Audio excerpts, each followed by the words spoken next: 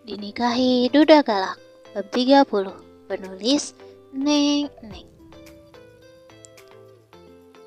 Pendar cahaya lampu hias di taman menemaniku malam ini. Di samping bangku yang aku duduki terdapat kolam ikan kecil yang dipenuhi dengan ikan hias warna-warni. Dulu, aku selalu memimpikan memiliki rumah yang ada taman bunganya, juga ada kolam ikan hiasnya. Rasanya terasa asri dan adem saja. Dan sekarang, apa yang menjadi mimpiku dulu, kini sudah terwujud.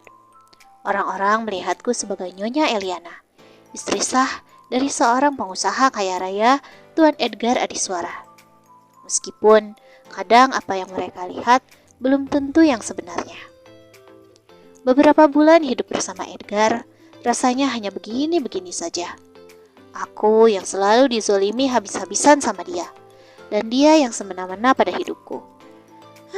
Rasanya aku ingin menyerah saja. Bolehkah? Oh iya, hobiku adalah membaca buku. Selain buku berbentuk fisik, aku juga senang membaca buku fiksi di berbagai platform. Rasanya membaca buku dengan kehaluan yang luar biasa itu bisa membuatku melupakan dunia nyata yang dipenuhi dengan beban.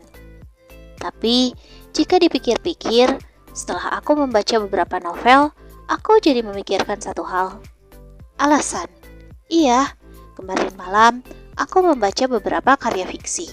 Dan dari setiap karya fiksi yang aku baca kebanyakan tentang sebuah pernikahan.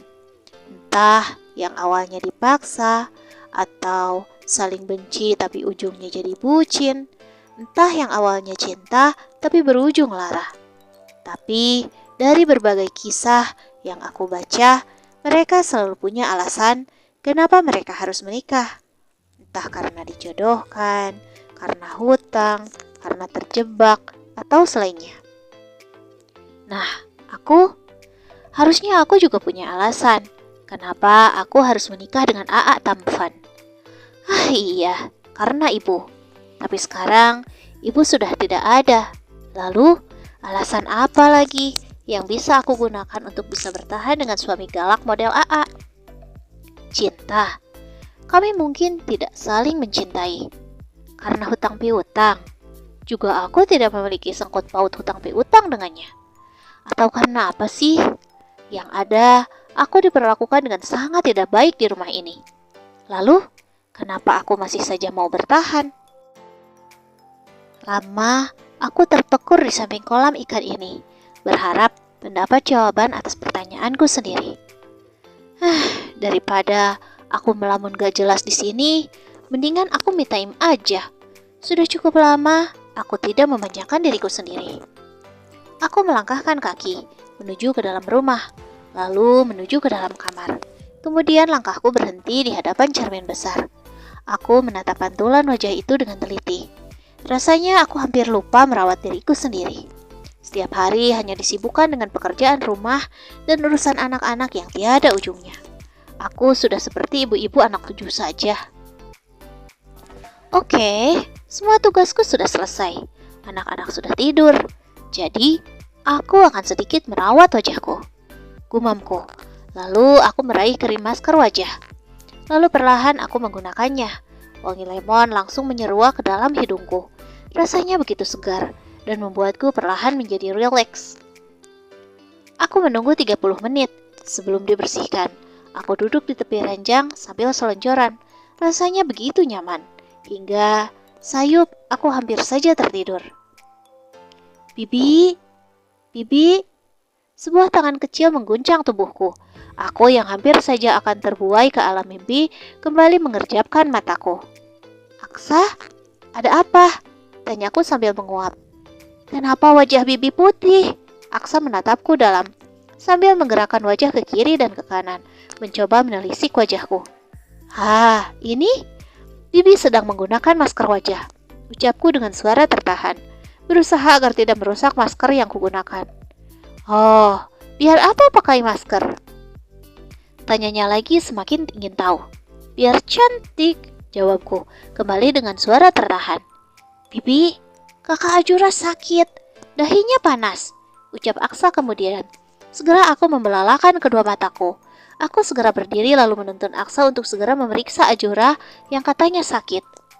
Tiba di kamar Azura, dengan tergesa aku segera memeriksa dahinya. Dan benar saja, Azura mengalami demam tinggi. Sementara itu tubuhnya sangat menggigil. Ibu, ibu, samar, ku dengar gumamannya.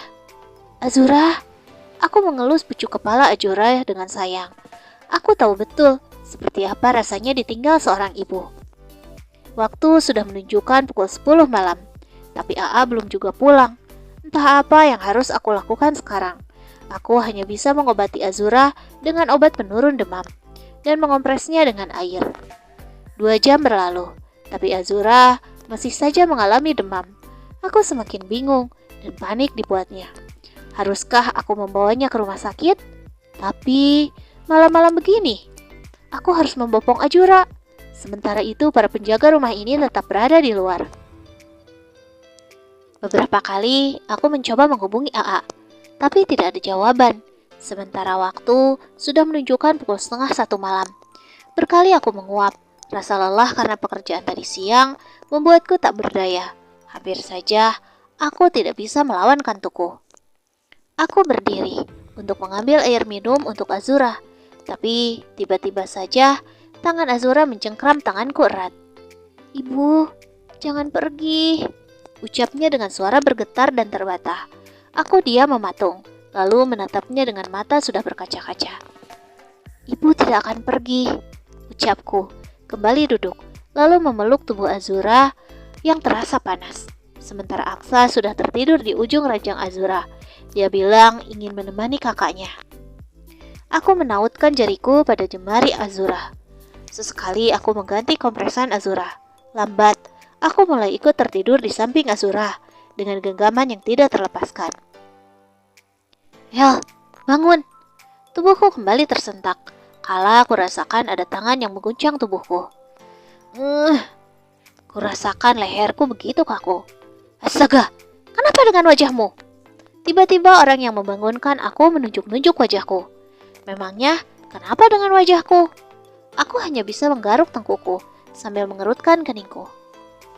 Lupakan. Kenapa kau menelponku? Dan kenapa kau tidur di sini? Tanyanya dengan wajah sayunya. Mungkin karena lelah.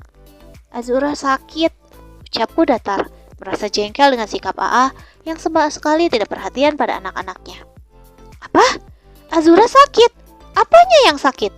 Dia mulai terlihat panik sambil meraba-raba dahi Azura. Demam, ucapku singkat. Maafkan ayah, kita bawa saja Azura ke rumah sakit. Seketika AA membopong tubuh Azura diikuti olehku. Tunggu, bersihkan dulu wajahmu. Jangan sampai orang-orang mengira aku berjalan bersama seorang hantu. Ucapnya dingin. Aku mengernyitkan dahiku, lalu meraba wajahku. Bahkan aku lupa.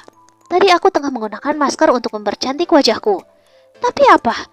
Seharusnya aku menggunakan masker dalam 30 menit. Dan ini malah berjam-jam. Jadilah wajahku agak sedikit berkerut. Niat pengen cantik, malah jadi keriput kayak nenek-nenek.